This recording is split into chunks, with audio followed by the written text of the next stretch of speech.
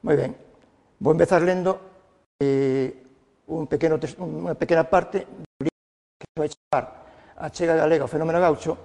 que acabo de terminar, que relata a posibilidade que pode haber de que galegos emigrados ou levados a forza a Argentina, a candeira a colonia de España, escapando da opresión que había nos fortíns da fronteira do Indio, pasaron ao lado indio como posibles gauchos. A Real Orde de setembro de 1778, dirixida polo Consello de Estado ao ministro universal das Indias, Xosé Gálvez, limitaba 200 as familias a reclutar para poboar a Patagonia. As cales deberían ser labradores ou artesanos, preferentemente matrimonios. A cambio, recibirían habitación, apeiros de labranza, terras en propiedade,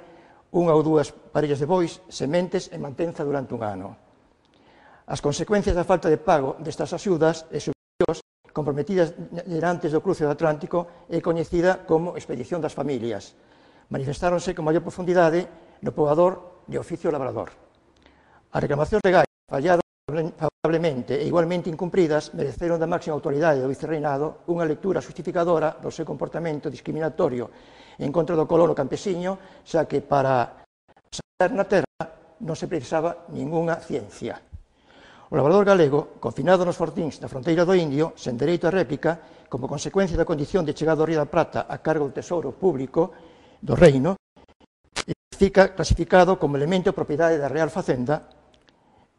Esta situación conleva a incontestable exclusión de toda posibilidade de redención do seu estado de escravo de feito,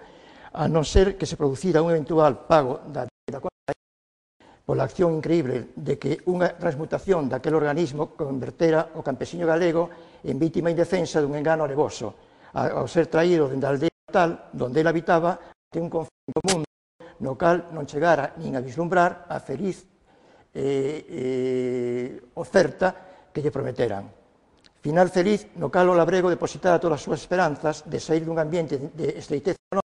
superada con creces pola situación de miseria absoluta e sumisión asfixiante neste intre preciso rioplatense.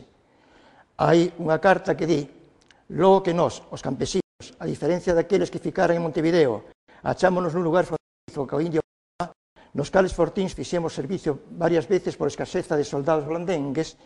e, sobre de todo, sen os auxilios que necesitamos para a sembra e máis o uso dos froitos recollidos, porque, aínda que recollemos algúns, non podemos utilizar o seu valor, xa que a condución daquela distancia, unha media máis ou menos de 400-500 km, até esta cidade de Buenos Aires,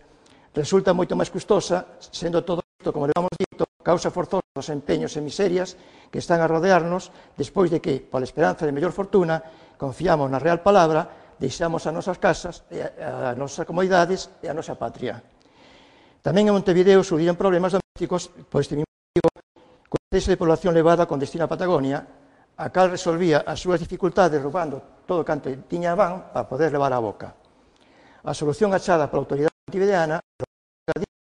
en Montevideo, en Uruguai, tivo por destino a custodia da fronteira con Brasil, porque Brasil non lle quitaba ollo a súa vocación de se apropiar das beiras do Río da Plata. Incumpridas as promesas ceadas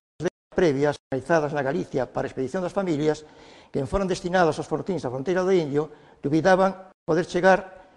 con ben a considerada entón como perigosísima cidade de Montevideo. Esa aventura toman decisións máis factíveis, máis propicias a serem acompañadas polo éxito. Os presuxían, os habitantes asignados aos asentamentos patagónicos máis tarde levados a integrar en a poboación dos fortíns, desertaban na busca de supervivencia sacrificada, unidos cos indios, que, ademais, lles garantían aos brancos a conservación da súa propia liberdade. Se o galego fuxía da terra para vivir como prófugo, como soldado desertor en Castela, Extremadura, Andalucía ou Valencia, reinos como Galicia, casemente federais nesa época de España de fins do século XVIII, ou mesmo chegaba a mutilar o dedo de primeiro gatillo da arma de fogo denante de ser membro eterno dun servicio militar que podía durar 8 anos, como non ia elixir facer vida de gaucho por onde ninguén usaría perseguilo,